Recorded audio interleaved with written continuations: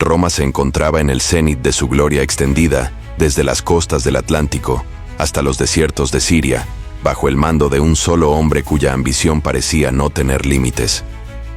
Ese hombre era Julio César, un estratega genial, un político astuto y un líder carismático capaz de conquistar pueblos y corazones por igual. Para muchos, era el salvador de la República, un visionario que abría caminos de prosperidad para las masas olvidadas. Para otros, en cambio, se trataba de un tirano disfrazado que amenazaba con destruir los cimientos de la tradición romana y convertir la República en un reino encubierto. La tensión entre estas visiones opuestas crecía como una tormenta que se avecinaba inevitable.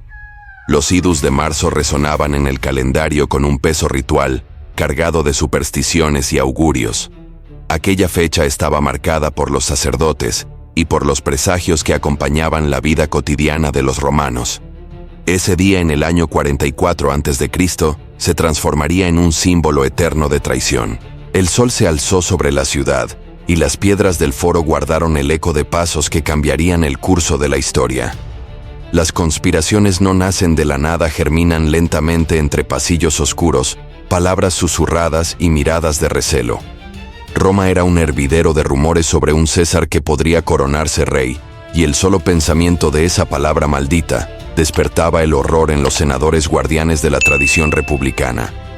Así fue como un grupo de hombres poderosos pero temerosos decidió sellar el destino del dictador.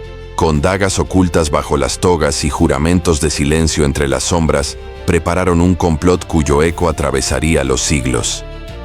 El relato que estás a punto de escuchar nos llevará al corazón de ese día fatídico, cuando la ambición, el miedo y la traición se unieron en una sola escena. El asesinato de Julio César no fue solo la caída de un hombre, fue la fractura de un mundo entero. Julio César no era un líder común. Desde sus primeras campañas en las Galias demostró un talento militar fuera de lo ordinario, acompañado de una visión política que lo distinguía de todos sus contemporáneos. Cada victoria aumentaba su prestigio y llenaba las arcas de Roma con riquezas y esclavos, pero también lo rodeaba de soldados leales que lo veían como a un padre y que estarían dispuestos a seguirlo hasta el fin del mundo. Esa base militar y popular le otorgó un poder que sobrepasaba los límites impuestos por la tradición senatorial. Roma había sido fundada sobre la idea de que ningún hombre debía concentrar demasiado poder. Las instituciones se construyeron para evitar la aparición de reyes después de la expulsión de Tarquinio el Soberbio. Sin embargo, con el tiempo la República se volvió un escenario de luchas internas entre facciones políticas y ambiciones personales. En medio de esas disputas surgió César, quien logró derrotar a Pompeyo, su rival más formidable, y asegurarse como dueño absoluto del Estado. Sus reformas fueron numerosas y profundas. Reorganizó el calendario, creó colonias en tierras conquistadas, repartió campos a veteranos de guerra, perdonó deudas e impulsó grandes obras públicas. Estas medidas lo convirtieron en el favorito del pueblo y en un símbolo de esperanza para quienes no tenían voz en el Senado. No obstante, también despertaron la desconfianza de los aristócratas, que lo acusaban de debilitar la República en favor de un poder personal sin límites. El momento decisivo llegó cuando el Senado le otorgó el título de dictador vitalicio. A partir de entonces, muchos senadores comenzaron a ver en él no solo a un líder carismático, sino a un posible monarca. Para los romanos esa palabra era maldita y equivalía a un sacrilegio contra la memoria de sus antepasados. Fue entonces cuando un grupo de hombres decidió actuar convencido de que solo eliminando al dictador podrían salvar lo que quedaba de la República. Los conspiradores que decidieron poner fin a la vida de Julio César provenían en su mayoría de la élite senatorial romana. Eran hombres formados en la tradición de la República y que se consideraban guardianes de un sistema en peligro de extinción. Entre ellos destacaban Marco Junio Bruto y Cayo Casio Longino, quienes pronto se convirtieron en los principales organizadores del plan. Bruto representaba una figura simbólica de enorme peso. Descendía de Lucio Junio Bruto, el legendario fundador de la República que había expulsado al último rey de Roma. Su sola presencia daba a la conspiración un aire de legitimidad histórica. Bruto además mantenía una relación cercana con César, quien lo había tratado como a un hijo. Ese vínculo hacía aún más dramática su decisión de unirse al complot, pero a los ojos de muchos senadores reforzaba la idea de que la causa era justa. Casio, en cambio, era un militar experimentado y pragmático que desconfiaba profundamente del poder absoluto de César. Había servido bajo Pompeyo, y tras la derrota se había visto obligado a aceptar la clemencia del dictador. Sin embargo, nunca dejó de sentir resentimiento. Fue él quien logró reunir a los descontentos y transformarlos en una facción organizada capaz de pasar de la palabra a la acción. Junto a ellos participaron decenas de senadores que temían que Roma cayera bajo una monarquía disfrazada. Hombres como Décimo Junio, Bruto, Albino, Ligario, Trebonio y Casca aportaron influencia política, recursos y contactos dentro de la ciudad. No todos compartían las mismas motivaciones. Algunos veían en la muerte de César un sacrificio por la libertad de Roma, otros lo consideraban un camino para recuperar privilegios perdidos, y unos cuantos solo buscaban venganza personal. En total, más de 60 senadores formaron parte de la conspiración.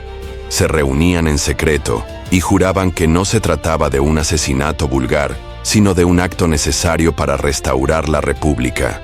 Creían que eliminando al dictador el pueblo apoyaría su causa y que Roma volvería al equilibrio de antaño. Sin embargo, aquella visión estaba lejos de la realidad, pues subestimaban el cariño y la devoción que la multitud sentía por César y no podían prever el desenlace que su acto desencadenaría en la historia.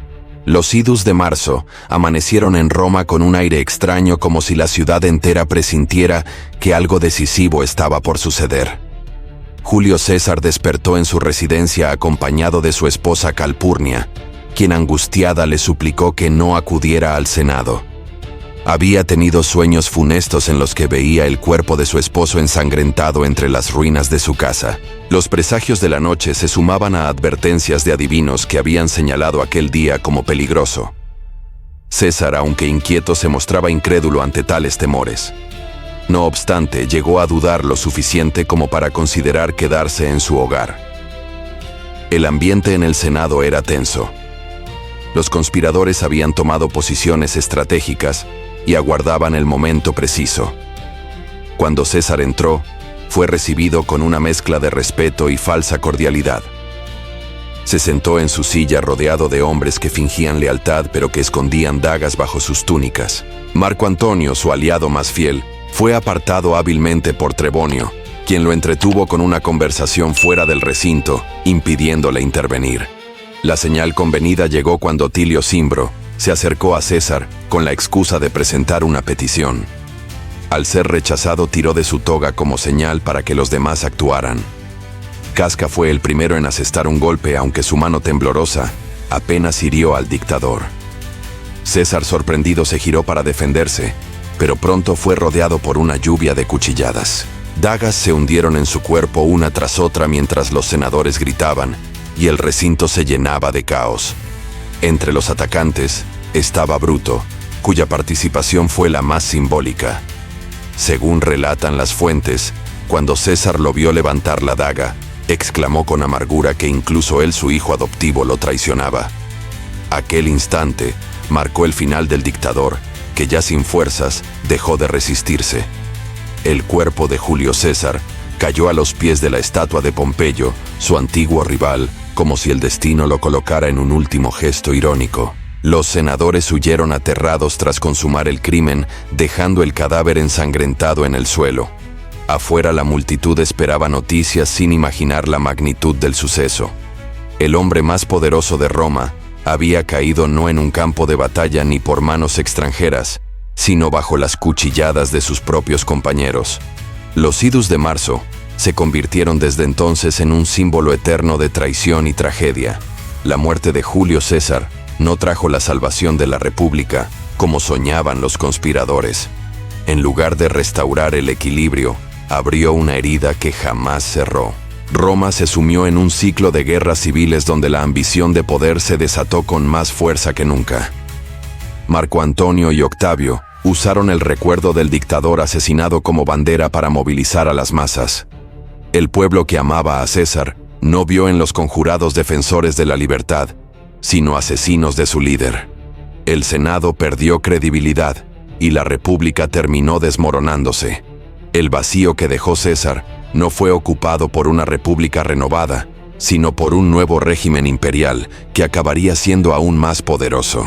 De su muerte, nació el camino que llevaría a Octavio a convertirse en Augusto el primer emperador de Roma. Así, la traición de los idus de marzo se convirtió en una lección eterna sobre el destino de quienes buscan preservar el pasado a través de la violencia. Los conspiradores creyeron detener la monarquía y, en cambio, allanaron el terreno para el nacimiento del imperio. César cayó bajo las dagas, pero su sombra se volvió más grande que nunca. Roma no volvió a ser la misma, y el eco de su final sigue recordando que el poder absoluto jamás muere. Con un hombre se transforma y renace en otros nombres y en otros tiempos. Suscríbete para más contenido.